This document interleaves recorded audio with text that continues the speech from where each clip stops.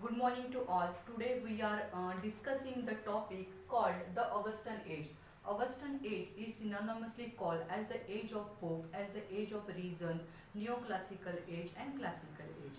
All these titles are winning by the period because this period and writer of this period were worshipping classical models, French models, classical Latin and Rome models for their literature. We should know that in each and every country there is a remarkable period in which some classical or remarkable literature had been produced by the writers. These writers had been presenting universal characters with many ideologies, and these characters and its worshipping is still we can feel even today. So we have to discuss first of all that what do you mean by Augustus era. King Augustus era was very prosperous era for the Roman literature. Likewise, Dante was the classical era for Italian literature. King Louis XIV's era was classical for the French literature. Queen Anne's era was classical for in English literature. Chandragupta Maurya's era was classical for Indian literature. In each and every country, in each and every culture, there are some masterpieces. These masterpieces are written with the guideline and light of the classical taste. Classical does mean by something which is in good say, something which is on the highest pedestal. T.S. Eliot explained classical that a classic does mean by exploiting all resources available at hand. Goethe explained that classic does mean by something remarkable, something good in literature. Every country and every culture has been celebrating classics of their era. Okay. After that, we have to study the salient features of this classical era. We will discuss 10 salient feature of the classical era. In classical era, the first function is adherence to the set rules and principles. These people were very disciplined in their presentation. They were not presenting out of framework which is guided by classical taste. They were presenting the characters with principle. They were presenting ideologies, and in this way they were strictly adhering to the rules and regulations which are still classic. Classic does mean by long lasting, timeless. They have the principles to teach us. In classical era there are some kinds of models. For example, Homer has been presenting classical model for epic writing, pastorals, Virgil for pastoral, Terence for comedy, Juvenal for satire, and all these classical models are still worshipped by the classical authors. These classical authors was not presenting anything outside of this framework. So strict and strong adherence was compulsory principle for these classical writers. Next to it, it was the age of reason and good sense. Was the writer or enunciator of good sense. Good sense does mean by having good morals, code of conduct, principal characters, and in this way they were worshipping reasons. They were not going out of reason. They were only presenting which is rational. Now, if we are discussing the era of Elizabeth literature, it was completely presenting resonance of enthusiasm, resonance of patriotism, zeal, melody, lyrical poetries, and the soul, and all these characters are the hallmark of Elizabethan literature. But when we are moving toward Augustus era literature, we are finding that all qualities are missing from these classical writings or classical models, because classical writers wanted to keep pace only with reasons. But it is not okay, because human life is so obscure, or human life will be subjected for any occurrence for any time. So We should be if we want a faithful portrayal of human life, we should also consider the character. We should also consider the possibilities that anything can happen anytime. But these writers were not considering that fact. These writers were adhering only reasons. There should be something rational. Out of rational proportion, they are not admitting anything. And in this way, the literature presented by them was complete rational literature with rules and regulations, principles, and all these types of characters are making face of literature somehow rigid.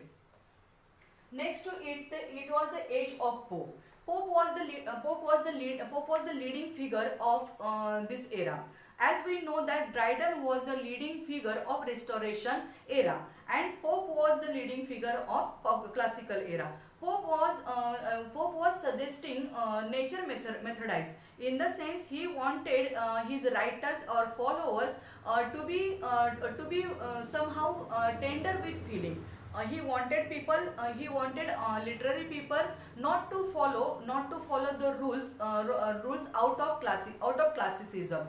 Dryden presented his satires, which was very brutal, which was very ironic, and he was just lashing his political leaders with his satire. But Pope's satires were different from Dryden's. Pope was somehow mild and comic in his sense. He wanted to ridicule the folly, but his manner was somehow gentle. And with the gentle mannerism, he was lashing. His contemporaries. Next to it is religious and philosophical thought. In Augustus' age, religious and philosophical thoughts were presented by the authors. Now, these thoughts were not sparing anybody from following the certain kinds of principles. Religion was very strict, and philosophy was very rigid. And at any cost, they insisted that people should follow these guidelines, because religious had been teaching strict adherence to ideologies. Philosophy in the same way emphasizing the same things, and this religious and philosophical adherence was making people somehow rigid in presentation. Classic authors are so strict. They didn't spare anyone, because they wanted their people in boundaries, behaving with good sense. French influence. We all know that English literature of then era, Augustan era or Restoration era, was the French versions of English ones, because the models put by French classicals were imitated blindly by these people. In that time, French aristocracy was on the high peak. People of aristocratic lords and nobles, they were influencing society with their own mannerism. They were influencing their people with their own aura. And French principles were very French aristocratic principles were on the high peak in that era. Coffee houses were the meeting places. Coffee houses was the trend in London life. People from different walk of life were gathering there to present their views and opinions and perspective. Many literary illuminaries were meeting at the same place. So, Augustus era was the era of meeting place of this classical or aristocratic taste. It was the era in which only people having reputation or having money, they were feeling their life needs, and they were learning Greek and Roman classical methods. And in this way, only few people were getting education. So, through that their education, they were accepting only chiseled and polished language. This language was not acceptable in common life, because common people were not comprehending that language. It was very hard for their comprehension. But the aristocratic people were feeling very satisfied with this mannerism. This mannerism was somehow fake, and common people didn't want to imitate that. First, follow nature. In previous era, romantic writers were also following nature. Pantheism was the finest creed of that time. Wordsworth, Coleridge, Keats, Byron, they were imitating nature, natural beauty, vivid landscapes, melody of nature, flowing and gliding rivers, and ocean, deep ocean. They were feeling their happiness in the blooming flowers, budding flowers, chirping birds, and all these things are making romantic literature very melodious. Romantic literature, romantic poems presented by Wordsworth, otherwise Coleridge, they were very nice with feeling. Life's melody was covered with grandeur. But when Pope has been saying that we should follow the nature, he has been saying that proper study of mankind is man. So he wanted his authors and successor to present what is happening in the human life. So he has been telling rightly that people of his creed or people of his generation, authors should present man as he ought to be, not as he is. In this way, high ideologies were placing in front of people, and classic authors wanted their people to follow that rigid mannerism, which was not fair with the common people. Reflection of 18th century. 18th century was the most prosperous century of English literature. Queen Anne was keeping her subject happy, prosperous, satisfied, and in this way, she was taking care of her subject as her child. In this way, in every walk of life, either science, technology, literature, criticism, and sculpture, in every walk of life, then artists were prospering. It was the era of composure for the writers and authors. But in that era also there were some kinds of contradictions, and such contradictions were also presented with some mildness. 18th century's speciality was many satires were written. For example, Pope's Dunciad. For example, Essay on Man, Dr. Johnson's books. All these are presenting faithful picturization and portrayal of 18th century. 18th century. We are saying that efficient 18th century. Satires. Satires were the main trait, and satires were dealt with mildness, generous happiness and gentle touch by the authors. Authors of that era, Augustus era, wanted to ridicule the follies of people but wanted some reformation in it. They were not evil at their opponents also. They were accepting each and every criticism with wholeheartedly. Dryden and his successor was finding this kind of literature and this kind of criticism or satire very brutal, and they wanted to discard it. But Pope's satires written by Pope were very pure. They were not evil-minded. They wanted people to know what is happening in this society, but in mild tone. Their voice speech was on the proper decimal. They were never raising voice against or their crescendo against their opponents. They were generous in their characterization. Poetic diction.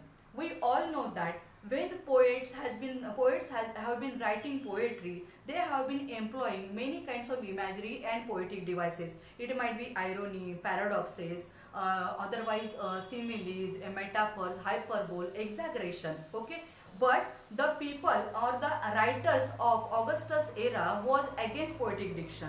They didn't want to present exaggerated thought. They didn't want to exhaust human emotion. They wanted to present only intellectual stuff. But that intellectual stuff was presented in very rigid and flamboyant language. And this language was not sufficient and efficient for English for writing literature.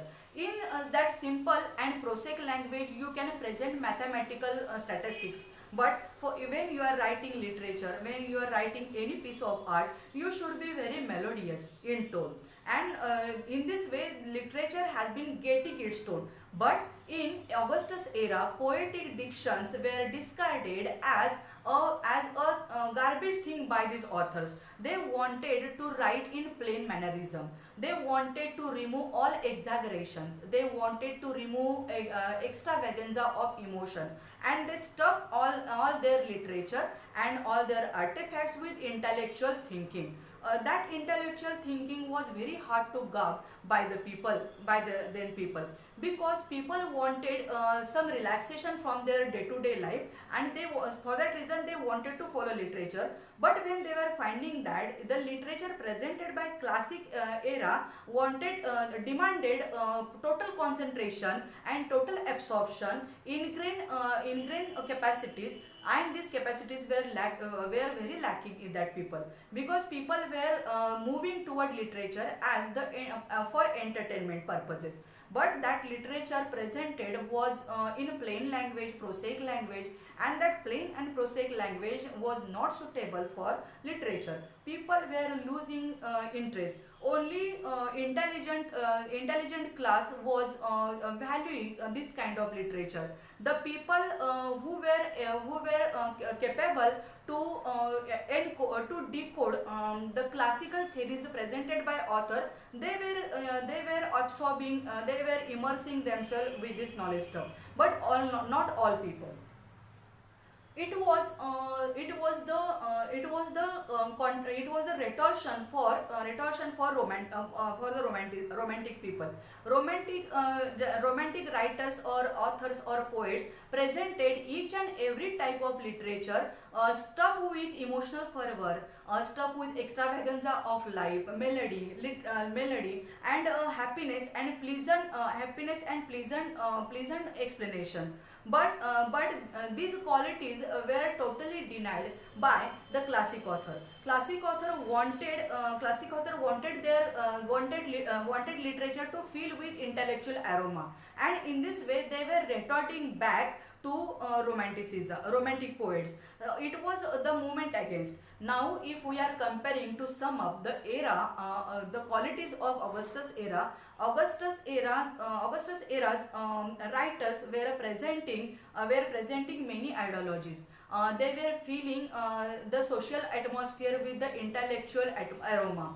But common people were not recognizing themselves with this kind of literature. Common people were not opening and going through pages to pages to absorb in that kind of literature, because that literature was stuck with some exotic intelligence. Elizabethan literature was very interesting, and Elizabethan literature was full with innovations. Exotic ideas were making atmosphere full with pleasant aroma. But Augustus era was presenting a very rigid face of literary genre. So in Augustus era, or this classical era, we can find some kind of masterpieces, but that literature was difficult to understand, and people revoked that literature. People didn't want to get absorbed in it. They wanted some kind of new stuff in which they can air off their tension. So Augustus era's literature is somehow different in taste, somehow exalted in position, purity of language, chisel idioms were used. But people were not finding that literature very interesting because it was challenging their intellectual capacities. Augustus age or Pope's age, or was the age of reason, neoclassical or classical. All these terms are summing up the literature which was worthwhile, the literature which has been presenting some intellectual stuff, but it was not understand. These literary figures were not understanding the needs of common people. And as they were presenting town life only. Country life was out of question. Country life was ignored, and for that reason people were not finding it easy, and it was not justice to the people of common life. Thank you.